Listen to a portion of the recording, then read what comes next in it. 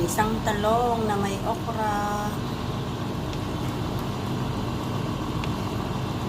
Simpleng ulam pero masustansya.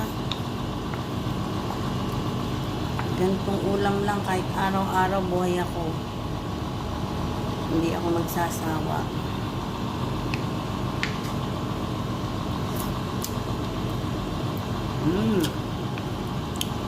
Sarap niya. Yummy. Konti na lang ito na siya. Sarap nito. Sira na naman ang diet natin, guys. Mahirap magpapayat, pero masarap kumain.